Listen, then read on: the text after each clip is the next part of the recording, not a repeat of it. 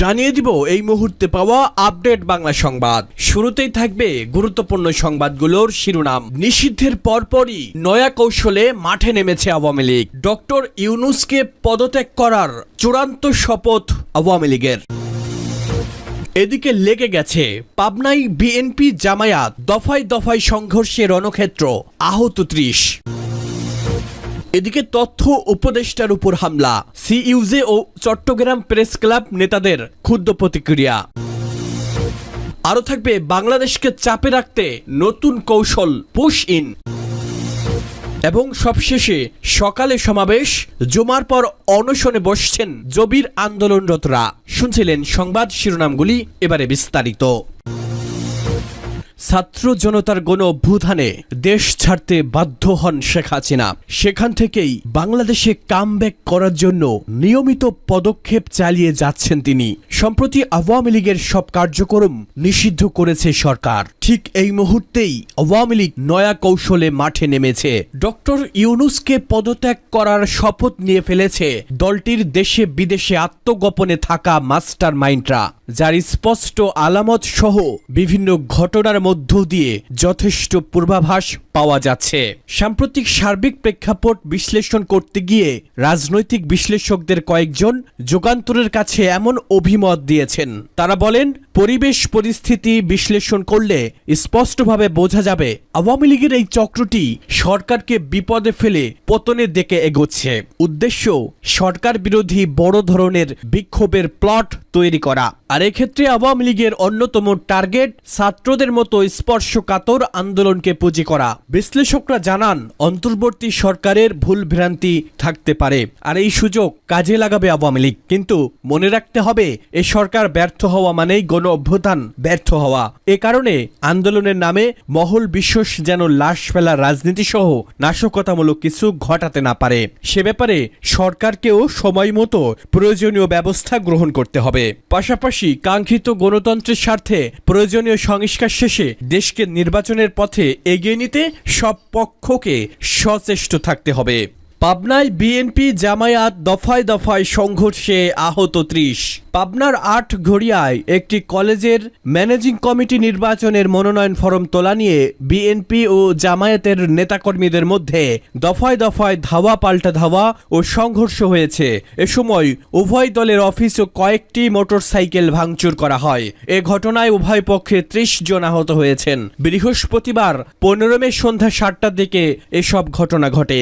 স্থানীয় ও পুলিশ সূত্রে জানা যায়, সম্প্রতি আটঘরিয়ার দেবোত্তর ডিগ্রি অনার্স কলেজের ম্যানেজিং কমিটির অভিভাবক সদস্য নির্বাচনের জন্য কলেজ থেকে তফসিল ঘোষণা করা হয়। অভিভাবক সদস্য মনোনয়নপত্র তোলার শেষ দিন ছিল বৃহস্পতিবার। এদিন দুপুর ২:৩০টার দিকে আটঘরিয়া উপজেলা বিএনপি সমর্থিত ৩ জন অভিভাবক মনোনয়নপত্র তোলেন। কিছুক্ষণ পর জামায়াত সমর্থিত অভিভাবকরা মনোনয়নপত্রের জন্য গেলে অধ্যক্ষ তাদেরকে তা দেয়নি। পরে জামায়াতে ইসলামীর বেশ কিছু নেতাকর্মী সেখানে গিয়ে তাদের মনোনীত একজনের মনোনয়নপত্র চান।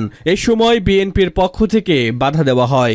এ নিয়ে বিএনপি ও জামায়াতের ইসলামী নেতাকর্মীদের মধ্যে কথা কাটাকাটি ও ধস্তাধস্তি হয়। বিএনপি নেতাকর্মীরা জামায়াতের লোকজনদের মারধর করে।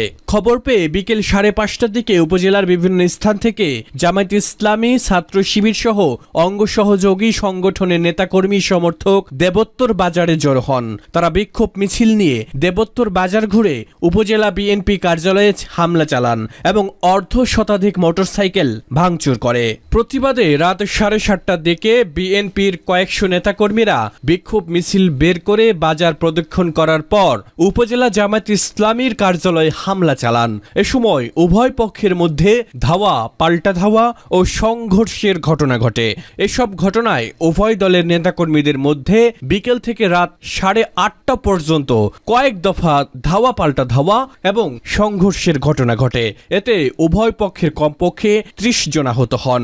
খবর পেয়ে পুলিশ এসে পরিস্থিতি নিয়ন্ত্রণে আনে। এ বিষয়ে উপজেলা বিএনপির সদস্য সচিব মনোয়ার হোসেন আলম বলেন, জামায়াতের নেতাকর্মী ধারালো অস্ত্রশস্ত্র নিয়ে বিএনপি নেতাকর্মীদের উপর হামলা চালায়। এ সময় বিএনপির উপজেলা অফিস সহ ৮০ থেকে ৯০টি মোটরসাইকেল ভাঙচুর করে। হামলায় আহত কয়েকজনের অবস্থাও গুরুতর। জামায়াতের পক্ষ থেকে বাংলাদেশ শ্রমিক কল্যাণ ফেডারেশন জেলা শাখার সহসভাপতি আমিরুল ইসলাম বলেন, কলেজের নির্বাচনের মনোনয়ন ফরম না দেওয়ায় এবং কয়েকজন নেতাকর্মীকে মারধরের প্রতিবাদে স্থানীয় মুসল্লি ও জনতা একটি বিক্ষোভ মিছিল বের করে। এতে বিএনপি নেতাকর্মীরা তাতে হামলা চালায়। এতে ছাত্র শিবিরের সাবেক জেলা সভাপতি সাইদুল ইসলাম সহ কমপক্ষে ২০ নেতাকর্মী গুরুতর আহত হয়েছেন। আটঘরিয়া থানার ওসি শফিকুজ্জামান জানান, দেবোত্তর ডিগ্রি কলেজের কমিটি গঠনকে কেন্দ্র করে জামায়াতের পক্ষ থেকে প্রথমে বিএনপির অফিস ও মোটরসাইকেল ভাঙচুরের ঘটনা ঘটে। এ নিয়ে শুরু হয় দুপক্ষের সংঘর্ষ। পরে জামায়াতের অফিসে ভাঙচুর এবং আগুন ধরিয়ে দেওয়া হয়। এখন পরিস্থিতি শান্ত। অতিরিক্ত পুলিশ মোতায়েন করা হয়েছে। তথ্য উপদেষ্টার উপর হামলা, সিইউজে ও চট্টগ্রাম প্রেস ক্লাব নেতাদের ক্ষুব্ধ প্রতিক্রিয়া।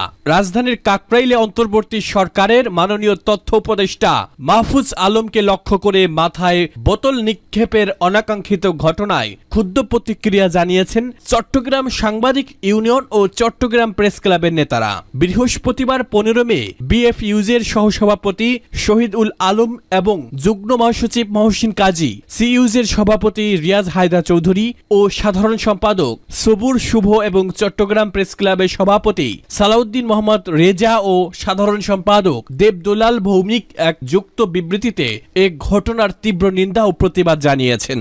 একই সঙ্গে দোষীদের আইনের আওতায় এনে দৃষ্টান্ত স্থাপনকারী শাস্তি দেওয়ার দাবি জানান তারা। বিবৃতিতে বলা হয়েছে, নতুন হল নির্মাণ, ক্যাম্পাস সম্প্রসারণ ও আবাসন সংকট নিরসনের দাবিতে বুধবার ১৪ মে রাতে জগন্নাথ বিশ্ববিদ্যালয়ের শিক্ষার্থীদের আন্দোলন চলাকালে এ হামলার ঘটনা অত্যন্ত নিন্দনীয়ই নয়, এটা দৃষ্টান্তমূলক শাস্তিযোগ্য অপরাধের শামিল।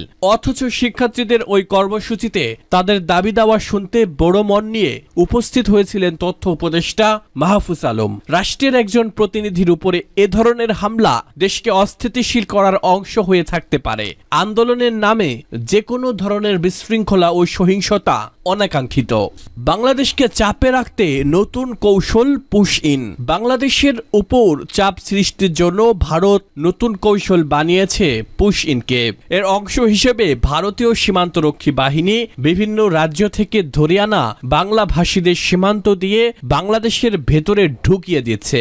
সম্প্রতি বাংলাদেশের সীমান্ত এলাকা চাঁপাইনবাবগঞ্জ সহ বেশ কয়েকটি এলাকায় বিএসএফ এর তত্ত্বাবধানে কাঁটাতারের বেড়া দিতে গিয়ে স্থানীয় গ্রামবাসী ও বিজেপির সাথে চরম উত্তেজনায় পিছু হটতে বাধ্য হয় বিএসএফ। বেশ কয়েকদিন ধরে সীমান্ত এলাকায় উত্তেজনা পরিস্থিতি সৃষ্টি করতে নতুন কৌশল হিসেবে বাংলাদেশের অভ্যন্তরে ভারতের বিভিন্ন স্থান থেকে আটক করা বাংলা ভাষীদের জোরপূর্বক ঠেলে দিচ্ছে বিএসএফ। গোয়েন্দা সূত্রগুলো বলছে, ভারতীয়দের বাংলাদেশের ভূখণ্ডে অস্থিতিশীল পরিস্থিতি তৈরি করতে নতুন এই কৌশলের পথ বেছে নিয়েছে। বিশ্লেষকরা মনে করেন, জোরপূর্বক এক দেশ থেকে আরেক দেশে ঠেলে দেওয়া আন্তর্জাতিক মানবাধিকারের চরম লঙ্ঘন।